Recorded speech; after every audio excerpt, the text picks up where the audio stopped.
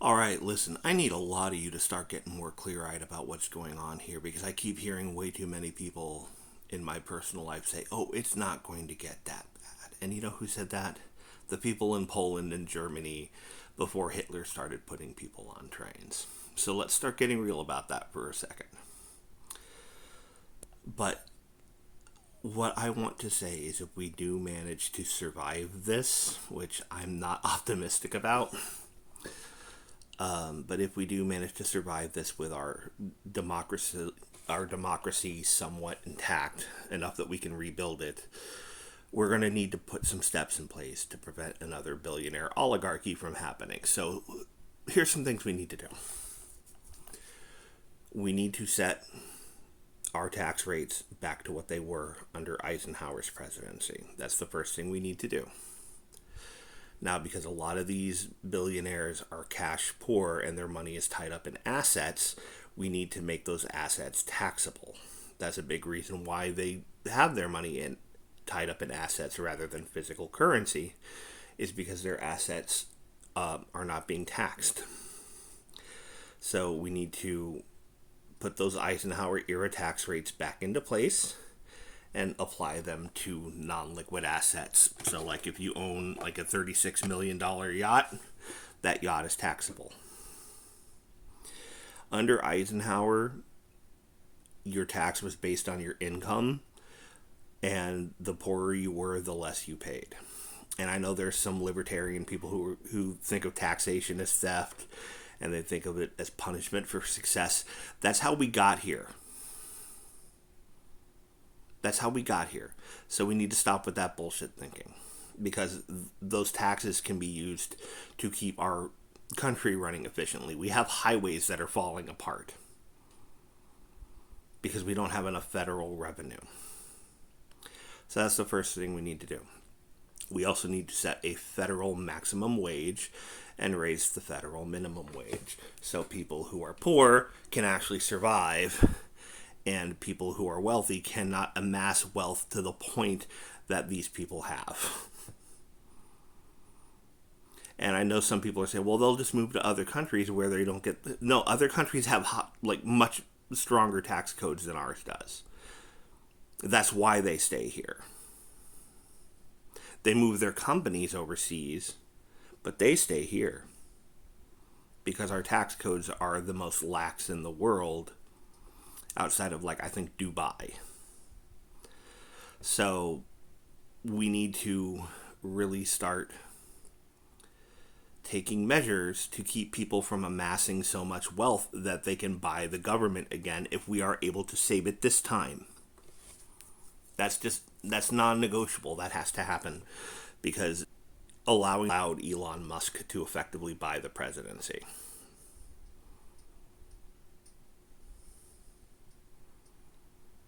So we need to prevent that from happening a second time.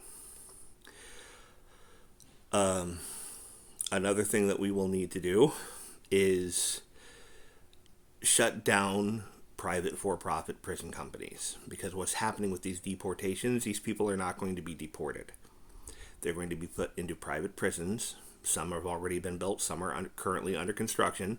Sarah Huckabee Sanders up in Arkansas just approved a big project to build a huge private prison in Arkansas specifically for this purpose. Because what's going to happen is these people that they are rounding up are not going to be deported. They are going to be held in private prisons and forced into free labor in order to prevent the agricultural industry from collapsing. They're basically going to be renting them out to those farmers to do the work for pennies on the dollar to keep those farms running. And the farmers will probably feel bad about it, but they'll capitulate because they needed to keep their farms running. Slavery, because of the 13th Amendment, because it wasn't repealed, which is the next step. The 13th Amendment needs to be repealed because the 13th Amendment allows slavery as long as that slavery is associated with punishment for a crime. So if you are in prison, you can be coerced into doing labor for free. When you see prisoners cleaning up highways, that's what that is. When you see products in stores that are made in prisons. Like a lot of the furniture that you buy at Walmart, that's made by prison labor. I bet you didn't know that. Or maybe you did. But yes. So the 13th Amendment needs to be repealed. We have to repeal the 13th Amendment, because if we don't, that's just more incentive for that kind of thing to happen. So we need to ban the private prison industry. I'm a prison abolitionist to begin with, but we need to ban the private prison industry outside, like outright. There's multiple industries that should not be privatized. Healthcare is another one, but prisons, because that's some nefarious shit. If you're in the private prison industry, you are an evil motherfucker. Especially right now, because these prisons are basically going to be work camps for migrants.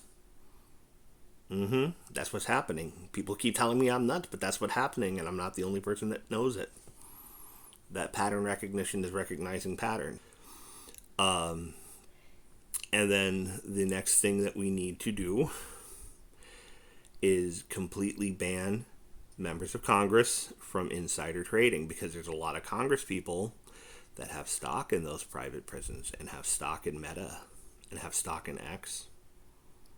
Why do you think they're doing a lot of the things that they're doing right now? Are you seeing what I'm saying? Everybody has an incentive to allow things to happen the way that they're currently happening. Everybody has incentive.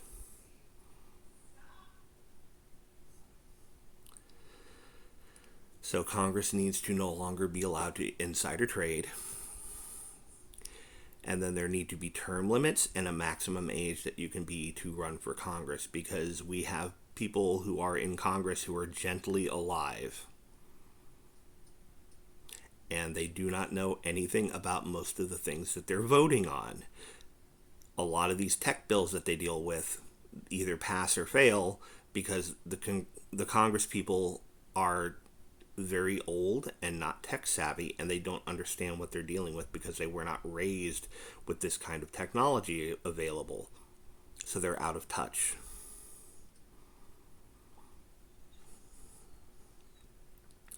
And then we need to actually start clamping down on the separation of church and state, because that's another reason why a lot of what's happening right now is happening right now, because we have allowed Christo-fascists to hold office. There are Christian nationalists at every level of our government, including in the military, in your local tax collector's office, in your local school board, all the way up to Congress. J.D. Vance is a Christian nationalist.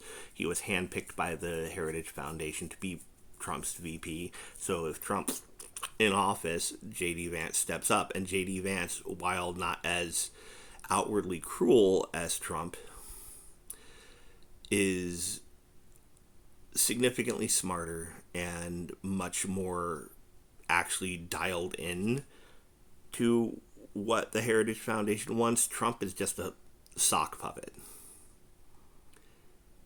They use Trump's popularity to get their agenda in.